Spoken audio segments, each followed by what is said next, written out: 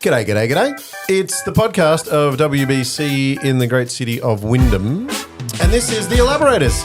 We are here today to elaborate on a whole lot of things, including how to change the world. I've got producer Simon with me. Hey, Sim. Hey, how are we? So apparently, do you know how to change the world? No, there's lots of books on it though. Yeah. Probably a couple of podcasts too. I'm excited about it. Are you the kind of person that has always wanted to change the world? No. Really? Yeah. I like. I was going to say you just want to manipulate it slightly to mold to your worldview. No, I like just playing a part in other people's worlds. How about that? I don't want to change the whole world. All I'm hearing there is puppet master. that's all I'm hearing there.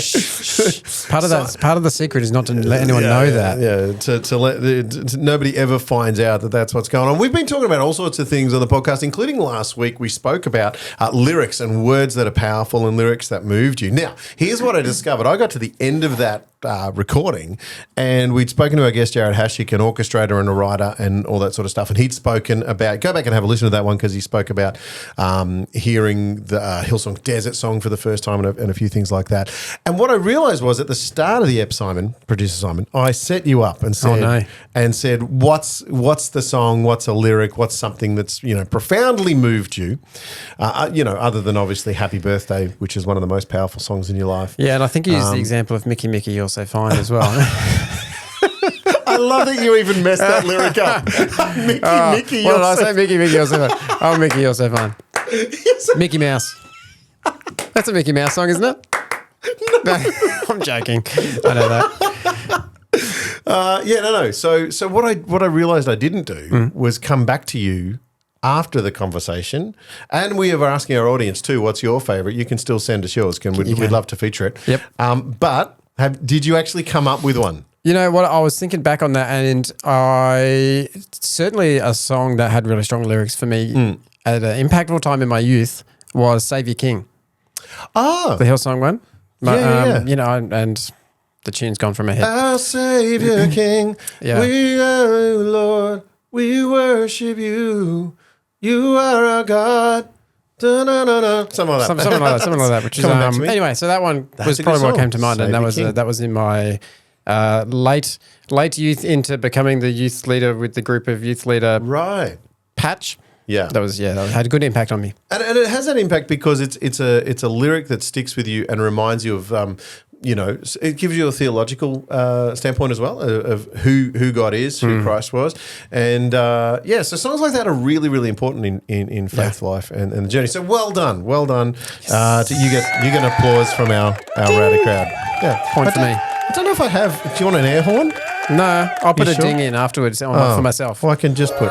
Oh, that'll do. One on that. Yep. Anyway, we're here with producer Simon. This is episode whatever it is of the Elaborators. Thank you to everyone that's been tuning in consistently and being a part of this conversation.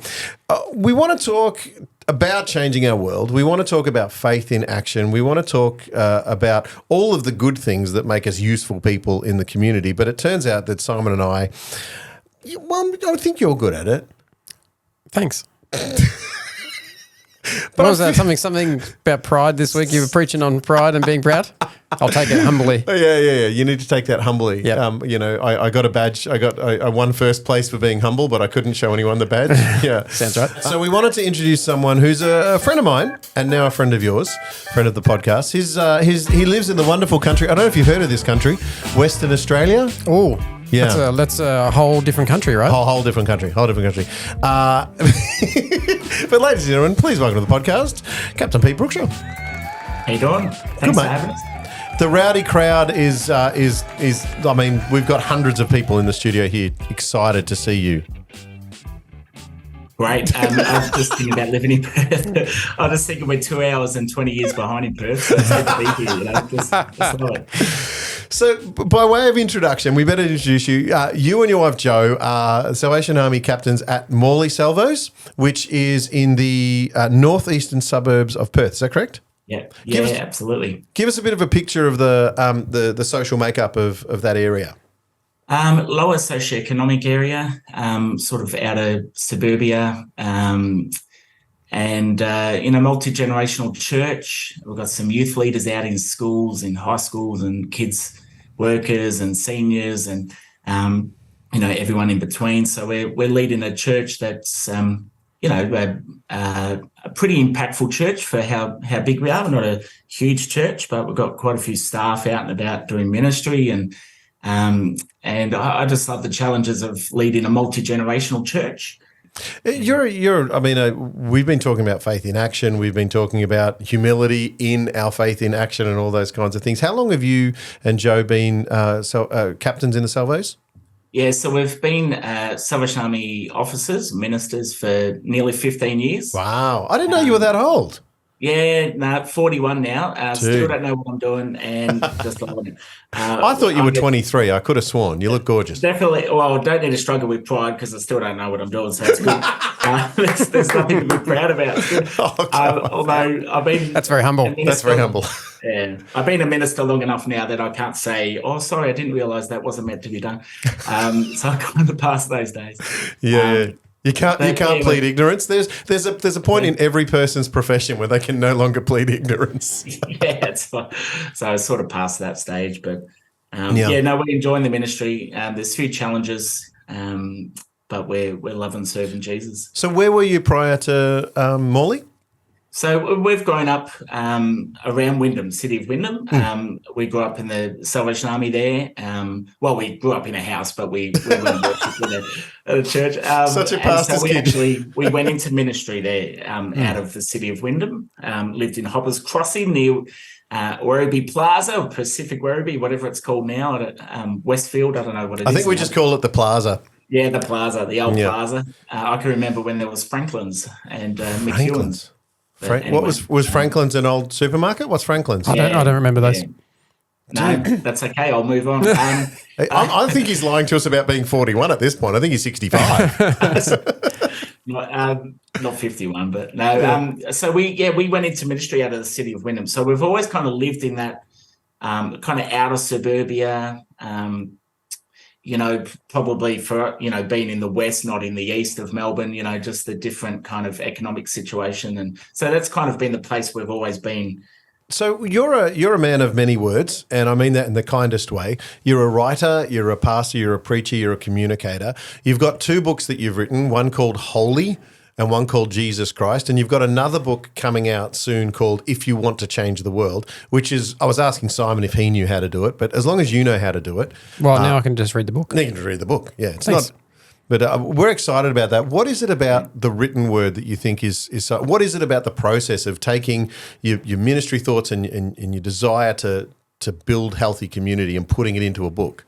Yeah, I think there's putting things into words. You're taking lots of different ideas, aren't you? And you're boiling them down and into a cohesive whole that's kind of understandable. And what I say in this book, which will get released later in the year, but is around actually what Jesus did when he took all of the laws of the Old Testament. They said, what's the greatest, what's the greatest commandment? And Jesus was, really challenged by that. And he boiled it down to a couple of lines of text. He boiled it down to Deuteronomy 6:5, love the Lord your God with all your heart, soul, mind, and strength.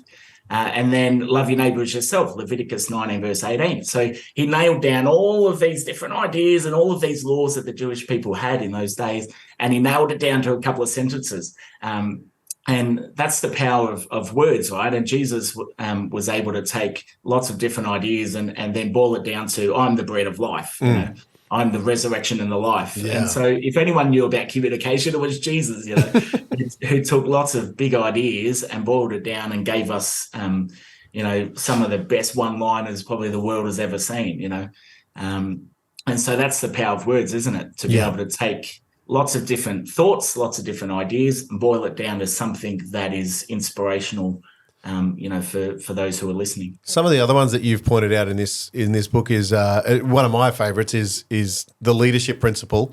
Come follow me. Yeah, which is just one of the most confronting ones, because as a leader, you're essentially saying, come follow me. And really your books seem to be about, especially with the first 2, seem to be about the who are you following part of the journey. Tell us about I know that the book Holy, what was that about for you? Was that an internal process for you? Yeah, it was probably an opportunity for me to collaborate with another Salvation Army officer and just think through some of our theology, some of what we understand. What does it mean to be a person of holiness? Without holiness, it's impossible to see the Lord. But what is holiness? Holiness is not some super saint, who wears their sweater on a Sunday and sings all the right tunes and is some person out there that's kind of untouchable, and we all know the super saints, and we can think of people that we maybe compare ourselves to, but holiness is Jesus living in us, the Spirit of God, inside of us. And so we were just kind of wrestling through some of our theology. And I think it was probably those first couple of books were probably more theological pieces for the Salvation Army and some of our other ministers and things to read and to wrestle with those ideas. And Jesus Christ was around, who is Jesus? And he's not just fully God, he's fully man as well. And all of these kind of deep thoughts, which I really don't have all the answers to, but we were just wrestling through some of that. But this next book, If You Want to Change the World, I hope has a bit of a broader reach outside of our Salvation Army circles to really just challenge us to say, actually, we've got to make a difference in the world. The world needs Jesus, and there's so many things that can cause us to sit on the couch, to kind of give up, to just get to a point where we feel like we can't make a difference. But if we want to change the world, we've got to get off the couch. We've got to get up and do something in the world. You got to actually do something. And we've been talking about that a bit, and I'll come back to what it is that you actually do, your hands-on work that you guys do. But the power of words, the power of taking big thoughts and synthesizing them down into simple bite-sized chunks. And you point out a number of the ones that Jesus taught us. Come follow me, and Peter, do you love me? And seek first the kingdom of God, and I am the light of the world. And I'm just these incredible things that are actually massive theological statements, but in one sentence. I did ask our producer Simon earlier about a song that's impacted him. I think I gave you a heads up on this, but have you thought of one that you could share with us? Yeah, absolutely. So a few months ago, I had a newborn child. I still have a newborn child, actually. I'd just taken a sip of coffee when you said that. It almost went all over the mic. Child number 4, and Justin, you know what it's like to have big family dynamics. And so we're now a family of 6, and my wife and I have 4 kids. Anyway, we had a newborn child named Micah, and a few months old now, but he was rushed to the ICU when he was first born, and so struggling breathing. Turns out he has a cleft palate, and some of you listeners might know what that is. Around the top of your mouth is kind of missing, so you can't breastfeed like you would normally because you can't just get that sucking motion going. And and they're worried about his tongue falling back in his mouth and all these sort of complications. He's rushed off to ICU or NICU, as they call it, natal ICU. And driving back and forth in the van, in the car every day to the hospital, I was putting on this song, and it was just a chorus, really. It was really simple, and it was just a word in season for me, and I'll give it to you. It was, you are worthy of it all, you are worthy of it all, for from you are all things, and to you are all things, you deserve the glory. And that was just on repeat. And it was just that same line, you deserve the glory, you're worthy of it all. And for me, it was, tears in my eyes, driving back and forth to Perth Children's Hospital, going, God, you're worthy of it all. For from you are all things, and to you are all things, you deserve the glory. I can't understand what's going on for me right now in this situation, can't understand why this is happening.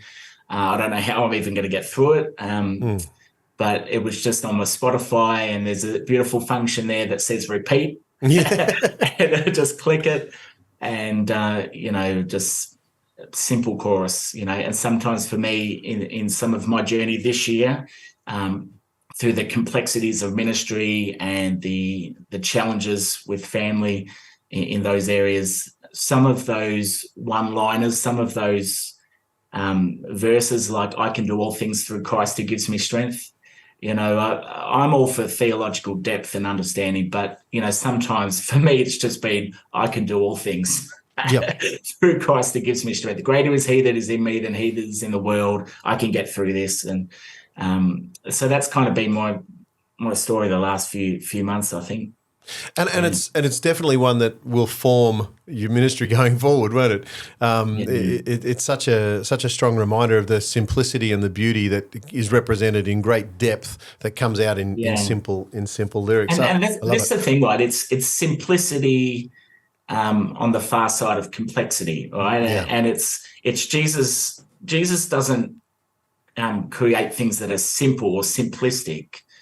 He simplifies things. They're not simplistic, as in they're not watered down ideas. Like, no one would say Jesus is the light of the world is a watered down concept. It's not. He's just found a way to make it simple for us to understand, not simplistic. And so I just hold on to some of those words that I think actually have real theological depth that help our faith. But they're not simplistic ideas. They're simple. They're nutted down to the very core of truth. I think what you've said there on the far side of complexity. There's a complexity. The universe is a complex place, but we just see one sun. And that kind of helps us. Yeah. And I love the idea that it's something as complex as managing a family in that situation, and many families have been in this situation where one parent or is trying to look after the kids while the other one's in hospital or whatever the situation is, and there you're also worried about a new life, and you're worried about all of the journey that's led to that new life and everything else, and you're just driving, listening to this. If you were just to put those words in front of us, just you deserve the glory. It doesn't look like much on paper. Yeah. But what it spoke to you is where the depth came into it, and it met you in that season. And so, I guess that's what we pray for all of our communications, isn't it? Your sermons that might mean something eventually for the person that heard them or whatever in the moment. So you've done lots of actioning of your faith. And I mean, if the Salvos are famous for anything, it's for faith in action stuff, which again, we can get to the complexity later on, because there is some complexity behind what people see. But what do you think are the most impacting things that you've got 15 years of ministry experience now? You've done it in a few different areas of Australia. What do you think are the most impacting things, the most useful things that maybe even we could pick up and apply to our own day-to-day? I think, you can have an idea for a ministry. You can have an idea for something new that you want to start and do, but you've got to have the courage to at some point step into it. I remember at one point in a church we were pastoring in Craigieburn in Victoria, just near the airport. And we were talking about a food van. We were talking about this idea that God had given us about a food van out on the streets, feed them, the hungry, those who are struggling to make ends meet. Let's get a food van out on the streets. And, oh, wait a minute, how are we going to pay for this, And we began to just pray and think about that. And, it wasn't until nothing happened, but it wasn't until we stepped down and started to look for food vans on, Facebook Marketplace or Google. It wasn't until we literally stepped out that then things began to happen, as in God began to open up doors, other avenues, where we would get this food van. Long story short, an older lady helping at our community lunch, was helping a homeless guy, just giving him some extra food every week. He was in between jobs. He got a job at a caravan place. And this homeless guy, unemployed guy, living rough and stuff. He got this job at this caravan place, shared this story, this vision of the Salvos want a food van. And the caravan guy said, oh, we'll build one for you. Oh, wow. And so this all happened at the same time that we began to step out and just put our toe out in the water. It's kind of like that Joshua into the promised land. You've got to step into the river. So I think there's one thing to have an idea, but it's another thing to then be courageous enough to step through and, step out and give it a try. Just start. That's cool. Yeah, to just start. And then obviously you've got the challenge of taking people along on the journey with you. And like that. So there's complexity, isn't there? I always like the idea that a leader, the old highballism of leaders take people from here to there. That's what leadership is. You just take them from one spot to the next spot, even though you don't know exactly where there will be. Well, that's right. But and normally leaders who, people are just getting used to the fact that they're heading there, and the leader's now thinking about the next thing after they're there. And so I'm always in this state of, I never feel like I've ever arrived as a leader, because there's a little bit of an apostolic thing in my life around, I want to, try some new things. And so when we're beginning to head into that thing that was on my heart years ago, I've now moved on to the next thing, I'm getting ready to do that. But that's probably where that next challenge of rest comes into it, yeah? Well, yeah, absolutely. And it's got to be spirit-led kind of ideas. Otherwise, you're just busy, right? Well, that might be the next part of the conversation. Is you're saying, to change the word honestly. First of all, it's having the courage to take the step. We'll just take it back a step. How do you discern whether it is a good idea in the first place? How did you go about that? I think discernment happens in community. I think there's trusted people around you when you're just sensing it, but it is difficult. I mean, we're at the moment now locally where we're looking at we're establishing a cafe, a front-facing cafe. We want it to be profitable enough that we employ a few people and have a front-facing connection to the community. But at the moment, we're trying to discern who the cafe manager is going to be. Who are we going to employ? Yeah, right. And do you, philosophical question at the moment is, do you employ someone with high capacity with not a lot of faith or not a deep understanding of who we are as a movement?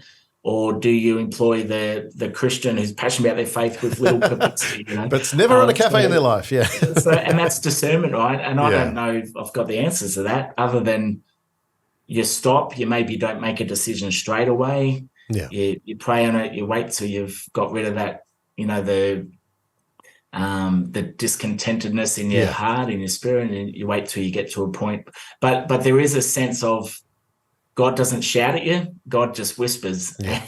And I've found it difficult over the years, I think. God, just tell me the answer, please. Come on. But he'll whisper, God will whisper, and you've got to kind of grab a hold of that whisper, and then again, the next step, be courageous enough to step into it. Tell me about what you've learned about patience. Lord, give it to me now, sort of thing. I think. Well, if God procrastinates on anything, it's giving you patience. And look, I think we can run ahead of God. The entrepreneurs of the world can run ahead of God, can't they? There are others who just need to get up and do something. They need to move forward. God's like calling, come on. But I think for me, with patience, I can't run ahead of God. I think of a story of a guy who was unemployed. Again, I keep coming back to unemployment, but he was in between jobs. He just lost his job, got a payout. So he had some money to sort of tie him over for a few months before he found another job. And he couldn't find a job. He was praying. We were all praying for him. God, help him. And if I had my way, I would have given him a job straight away, back into it. Anyway, it was getting right to the end of where his payments kind of were going to run out. And he found a job right at the end of that, kind of season. And he found a job that was closer to home and paid more than what he had previously. Wow. And the timing of it was just God's timing, just perfect timing. Whereas us, I would have said, oh, come on, Lord, give me a job. How about tomorrow? Yeah. But I think in the process of waiting, in the process of trusting, there's something that God does in that season. Yeah, man. Look, and I know you're a man of much integrity that's done a lot of waiting and a lot of patience. Tell us about some dreams that have actually come true for you and for Joe and for the kids as you've learnt to be patient and wait and want to change everybody's lives for the better all at once. Along the way, God often gives us enough good stories to fuel us for the next one. Yeah. Yeah, that's right. I think even locally here at Morley, there's been a vision within the church of building projects around cafes, around greater connection in the community, and we're just beginning to see that being fulfilled. So we literally got builders on site, and I'm glad we weren't doing the call yesterday because there was hammers going and jackhammers, and would have made for an interesting Zoom call. But and you begin to see a vision that people had been praying about for years, and then all of a sudden you start to see it come to fruition. And I love those moments. The food van or the new op shop that starts bringing in heaps of money. You can employ new youth workers, and there's a few stories over the years. Yeah. But I feel like there's percolating visions around the nations and impact in the world, and you just hold on to them and you just say, Lord, I'm here at the moment in the northeastern suburbs and gonna just serve faithfully, and he or she that's faithful in the little be faithful, given much, and so we just keep serving and trusting. Well, obviously, you have our admiration, and our friendship, just on a personal note, has been really important to me over the years, because we've shared a few of the some of the saddest stories too over the years, and I say that with one of those ironic kind of laughs. Listen, man, what we might do is in a couple of months' time, we might have to get you back on the podcast, and we'll do a follow up and find out if you have indeed changed the world. Yeah. Final word. Have you got a thought for us to encourage us as we go about our days, something that encourages you, that might encourage us? Yeah, look, I just thinking, I preached last Sunday about Philippians chapter 1. It just says in there, he who began a good work in you will carry it on to completion. Yes. And so I just give that as a word for each of us. Don't give up. Keep serving Jesus.